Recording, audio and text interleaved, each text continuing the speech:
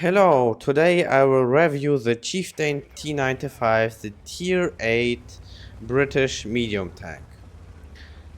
I am on the map Paris, and with this tank I am going to an aggressive position with this tank because otherwise I don't think you're really able to do something with this tank.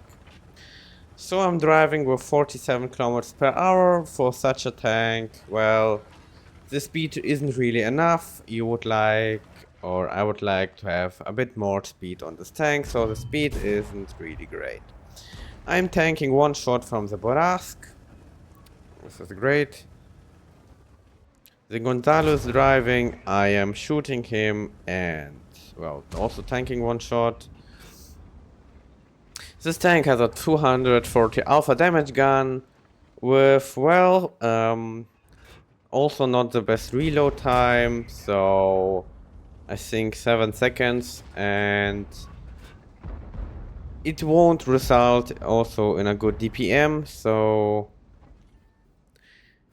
the DPM on this tank is also like average wise, I would say. And with this alpha damage, this gun is DPM wise and alpha damage wise also not really comfortable. The Löwe is shooting me, and I'm also shooting him, but he's shooting me for more damage. Penetrating the defender's commander hatchet.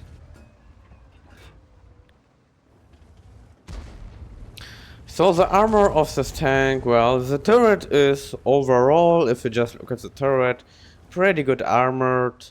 The only thing is that he has, if you can call it, a second turret on it.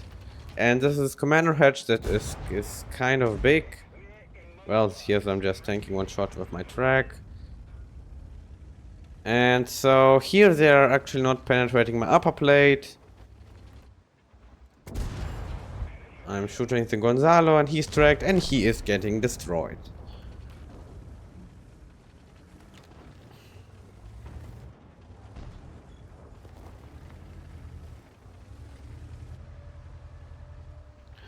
So the armor is not really an armor you can really rely on. Here another 240 shot into this tank.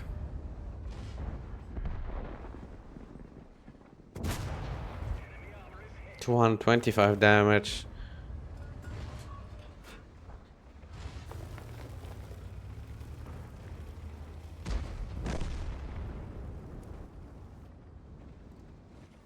So the main thing you can really do on this tank is advancing and playing at the front. Against tier 10 you will have really big troubles. I actually didn't spoke about the shells. So the gold ammunition has a 238 millimeters of penetration, not hitting the Löwe here. And the basic shells have 202 millimeters of penetration. So penetration wise is also below average, and the only good thing here is the shell velocity 1600 rounded up on the gold ammunition and 1100 on the base shells. The Löwe is clearly having some issues here. I'm just striking him. And he should get destroyed. And I am destroying the Löwe here.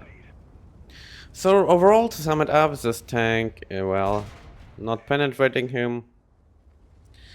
So overall, to say this is a tank you don't really want to use for any reason. It's not really farming anything. It's not really great in any of the points below average. Like, not reliable on armor. It surely has more armor than a projectile, but it's not really a reliable one. Even though I tank, well, 1120 damage here, but if you want to play with the turret, it is not really recommended. Mobility wise is also below average, I would say, for a medium tank with such a gun. And the gun is also, I would say, below average. So overall, this is not really a tank you would play or farm credits. So I'm not really getting here to the Progetto in time, the artillery is spotted here. And, well, at least I am finishing off the artillery, and this is 15-2 for this battle. In this battle I dealt 3704 damage, 2 kills, 780 assists. Also tanked a few short sets and ace tanker for 1397 experience. Well, it was a pretty good penetration ratio in this battle. This is probably the reason I dealt a good amount of damage, but even then, 17 shots required. With a reload time of 589 seconds actually. And well, this is not really great. Except this tank is having good amount of hit points, but overall, like I already said, this tank is not really recommended to play. So on this tank, I will recommend on to put a bounty rammer, a turbocharger, and a hardening. As for crew perks, I will put on these crew perks, these ones, and then also clutch braking. And here I would put on these perks and additionally ammo tuning. As for modernization, I would use this one, then I would use this one. And here I would recommend to have a better reverse speed. And that's it for this video. Like and subscribe and bye.